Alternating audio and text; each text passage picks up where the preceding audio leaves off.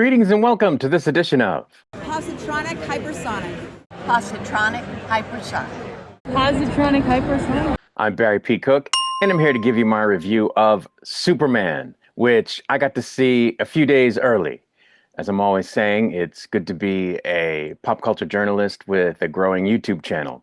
So I'm not going to give too much of a plot breakdown because this is a very busy movie. There's a lot of stuff going on in this movie from moment to moment, and it would just take a whole lot of time to really give you the blow by blow. So we're going to skip that.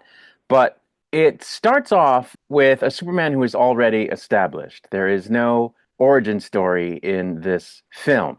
By the time we come into the story, Superman's been active as a hero for a number of years. At the very beginning of the film, in fact, we find him being defeated in battle for the first time by an armored villain who is sort of the protector of his country. And this is the scene we've all seen in the advanced clips that they released where he crashes into the Antarctic near the Fortress of Solitude and he calls Crypto, who takes him there and gets him all healed up. But the reason he is in a battle with that armored villain is because he inserted himself into an international incident and pissed off that one country because he stopped them from invading another country that they wanted to invade. He stopped a war. And it turns out that stopping that war put Superman in kind of an awkward position because it caused not only the government of the country that he stopped from attacking the other country, but the United States and really the world to ask a lot of questions about just what Superman's role is versus what it should be in the world, if anything. And it caused people to ask a lot of questions whether he's a good thing or a bad thing, given that, he's so powerful. What if he decides that he doesn't like American policy or, EU policy or Russian policy? Is he going to insert himself into those affairs and exert control over those countries? And, a couple of those are superpowers, right? So they don't necessarily want him doing that. So it puts him kind of in a hot seat. In fact, they released another scene before the movie came out of Lois interviewing him about it and kind of giving him a hard time, and he reacts badly to that. So that's part of it. But what it really does for the crux of the film is it gives Lex Luthor an excuse to gin up hatred against Superman and to get governments on his side against Superman. And of course, Lex Luthor wants to get rid of Superman because he is a threat to his ambitions, which of course are driven by a lust for power and revenge, not just on Superman, but others. And, just twisted motivations. So that's really where we find ourselves with this movie. And, some of the machinations that Luthor engages in to try to bring about the demise of Superman result in situations that end up getting the attention of the Justice Gang, which is comprised of Guy Gardner's Green Lantern and Hawkgirl and Mr. Terrific. And so they have some scenes in the movie where they interact with various threats. At another point in the film, we're introduced to the Metamorpho character, and he plays a part. So there's a lot going on in this film. There's a lot of stuff that Superman has to deal with. At one point, Luthor digs up part of a lost message from Superman's parents on Krypton that they had left for him, and it apparently indicates that they hoped Superman would sort of assert himself as the ruler of Earth at some point and rule over Earth, which is full of, in their view, a bunch of primitive idiots. And, in that way, I guess, sort of help them. But, when that comes out, of course, that doesn't help Superman's situation because it pisses people off, that he would presume to rule over them. So there's a lot going on in the movie, is what I'm saying. And when it's all said and done, the question is it a good movie? To answer that question, let's talk about the things that I liked. I liked that the film looks great. It just looks great. There's no two ways about it. And I really liked that. For the most part, I liked the way they depicted Lois Lane.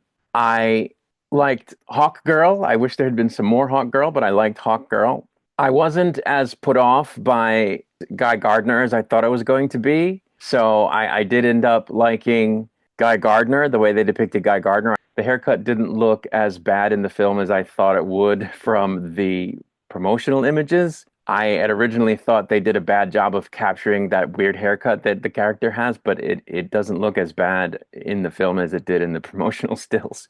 And staying with the Justice Gang, I really liked Mr. Terrific in this movie. Mr. Terrific is a character that I always thought was kind of lame. I didn't care for the character. I wasn't looking forward to the character being in this movie, but they really did a good job with Mr. Terrific. The actor does an excellent job. The story beats that they gave the character in the film are really well done. And so I found the Mr. Terrific element of this movie to be really enjoyable. So I liked that. Lester Holt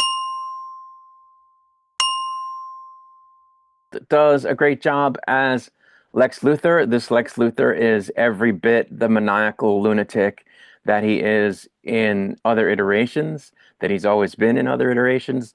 So, I mean, he just does some depraved shit in this movie, and it's spot on for Lex Luthor. So, I enjoyed that.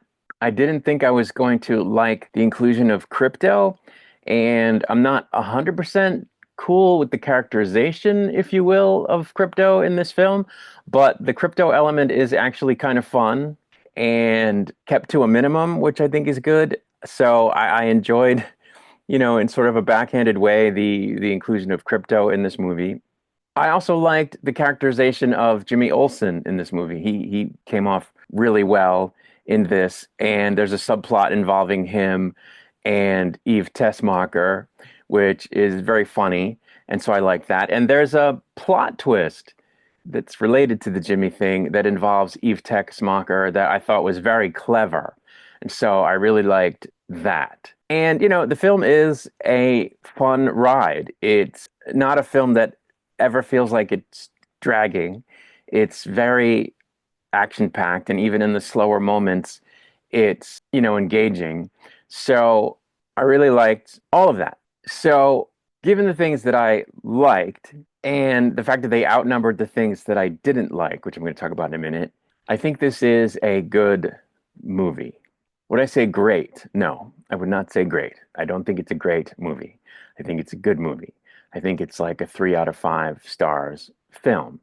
And to sort of understand why I'm saying that, let me tell you what I didn't like, and there are kind of some big things.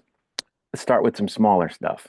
I didn't like that it turned out that Jor-El and Superman's mother instructed Kal-El to basically take over the Earth, to subjugate humanity and rule over the world like a god, which they thought would be for the betterment of the human race, apparently. But despite the apparent attitude on their behalf that it would have been a good thing for humanity, that's not what Superman's birth parents would ever have wanted. They would not have wanted that. General Zod would have wanted that, and people like him from Krypton would have wanted that and would have seen the situation that way, but Jor-El would not. And Jor-El has not historically seen things that way. So that was, I think, a perversion of Superman's story, and I didn't care for it at all. I thought it was a bad choice.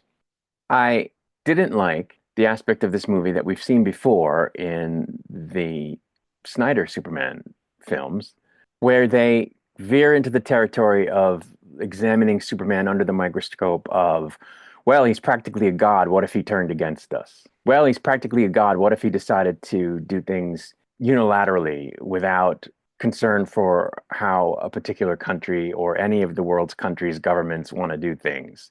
And isn't he really a threat when it boils down to the bottom line? That's an aspect that's been covered before.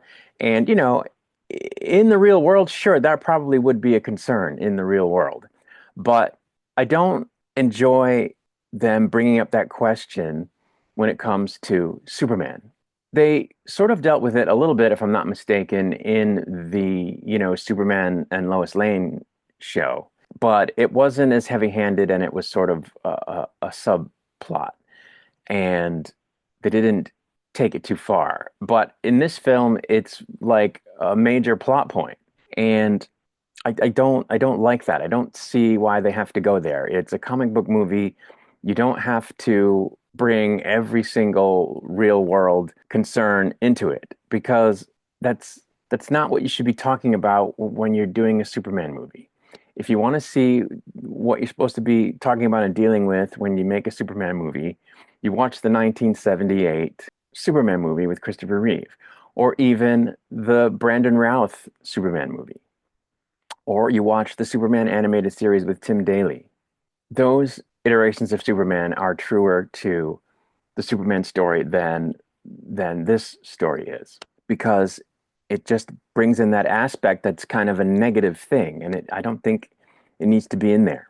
I, I I just thought it was a bad idea when they did it in Man of Steel, and it was a bad idea here. They kind of did it in Superman 4 with Christopher Reeve when Superman decides to rid the world of all nuclear weapons, but again, they didn't go negative with it. And that is one of the one of the worst Superman movies, if not the worst Superman movie of that era. So, and and there's a reason for that. So I didn't like that.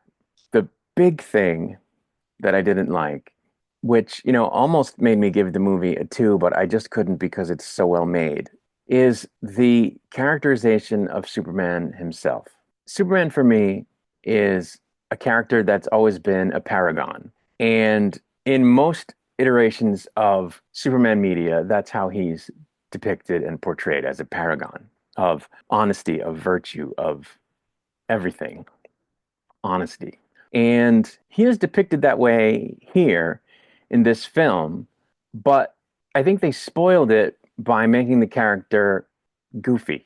And it isn't just me using that word. The New York Times, though it gave the movie a positive review, called it a goofy but charming take on Superman. And they're right. It's a goofy take on Superman, and I didn't appreciate that at all. They make him goofy in this movie. They make him kind of like a Dudley Do-Right, which, again, Dudley Do-Right is a virtuous character, a forthright character, an absolute good guy, but he's goofy. And that's not Superman. Superman in this movie is quippy. He uses slang, sort of the everyday vernacular of regular people. He says, dude. He looks at Crypto at one point who he's dissatisfied with, and he goes, dude. No, Superman doesn't do that. In a post-credit scene, he says a couple of things that Superman would never say. He apologizes to Mr. Terrific for making him feel badly by saying, "Oh, I'm sorry, I didn't mean to bum you out." Superman doesn't say, "I didn't mean to bum you out." That's not something Superman says. At one point, he gets knocked down during a battle and he's kind of just laying there before getting back up. And Mr. Terrific scolds him and says, "What are you doing? Come on, this isn't playtime. We got stuff to do." And Superman sort of picks up his head and goes, "I'm not playing. I'm I'm doing important stuff." And then he collapses back down for a second. That, that's not Superman. Superman doesn't talk like that. He doesn't behave like that. So I didn't like any of that. Superman is a dignified character. He operates at all times with dignity. He behaves in a dignified, polite, knight in shining armor way. He behaves like a valiant knight, not like a 17-year-old with a penchant for being a nice guy. There's a difference. So I didn't like any of that. Additionally, he does some things that also I found to be very un-Superman-like. In the scene where Lois is questioning him and pushing him about, his decision to unilaterally stop a war and what he thinks his role is in the world, he gets upset with her for sort of giving him a hard time and characterizing things in a way that he didn't like about his actions. And he gets indignant and verbally combative or standoffish with her in response. And sure, a normal person might. I can understand that he felt attacked by her and displeased with what she was saying, but Superman would not react the way that he does to her questioning. He kind of pouts over it and throws a little mini tantrum over it. And it's very immature, and that's not Superman. Superman is a together, at all times, composed, wise, and I'll say it again, dignified character. And he's not that in this movie, and it really took the enjoyment out of some of the enjoyment out of the movie for me. There's another scene where he's talking with Lois, and in the background you can see the Justice Gang dealing with what Superman calls an interstellar imp or an intergalactic imp. It's a giant like electric looking kind of eyeball thing in the sky, and it's kind of attacking Metropolis, I guess, and the Justice Gang is handling it. And she says something to him about, "Aren't you going to do it?" And he says, "No, that's just an interstellar imp. They've got it handled." And that's not Superman. I don't think Superman would just sit by and go, "Oh, someone else has got it. I'm just going to let it go." I didn't like that. So, I came away from the movie recognizing that it was well made, recognizing that it has a lot of good elements, but I didn't love it, and I'm disappointed in that. I wanted to love this new Superman because I love the Christopher Reeve Superman. I really enjoyed the Tyler Hoechlin Superman, and I really disliked the Henry Cavill Superman, the Justice League Superman, the Snyderverse Superman. I never liked it. I thought it was an off kilter from what Superman is supposed to be, and I was hoping they were going to get it right this time. And I was encouraged because they gave him the trunks back and they gave him the proper color of the uniform back, the costume. And I thought, okay, maybe they're going to get it right. They didn't get it right. It's not as bad as the Cavill version. I think this version is better than the Cavill version, but the characterization is off, and I didn't like it. And I'm always someone who says, well, don't compare. Don't compare something new to what became before that's the same character or the same story. Don't compare the new Little Mermaid to the previous one. Don't compare the most recent Peter Pan to the previous ones. But there are things that Superman is, and there are things that Superman are not, and that's just the way it is. And there was far too much of the stuff that Superman isn't in this movie, and not enough of the stuff that Superman is. I mean, one thing I like that I forgot to mention earlier is that they depict his relationship with his Earth parents quite well. And so I enjoyed that. I thought that worked. Although even there, right, Superman's father lives into his senior citizen years, which isn't what happened. So again, they kind of got that wrong. But the way they depicted his relationship with his parents very briefly in the movie is charming and heartwarming. And so that's fine. But they just got, in my opinion, too flippant with it and too comedic with it and too sort of familiar with it. They made him familiar. And by that I mean, he acts like a regular dude, and has the foibles of regular people where they get indignant when people give them a hard time or question them. And that's not Superman. So I was very disappointed with the characterization of Superman. And like I said, it almost made me give the movie a two, but I can't do that in good conscience because so much of the other stuff about it works that it's at least a three. But it's no more than that. Most of the reviews are giving it, like an 80% out of 100 kind of thing, and or 4 out of 5 stars, and I just can't go there. They didn't depict Superman in a way that comports with what Superman is supposed to be. And again, this has nothing to do with me being a Christopher Reeve purist. I mean, I will admit that Christopher Reeve to me is the gold standard. Christopher Reeve to me is the perfect Superman, at least as far as his first two films were concerned. And so, yes, I'm holding this up to that. But I'm also holding it up to other previous versions. Tim Daly in the animated series or in the various series that he played Superman in, that iteration of Superman from the 90s animation shows was a great depiction of Superman. I thought Brendan Routh's Superman was well done, and I really enjoyed Tyler Hoechlin as Superman, the way they depicted Superman on that show.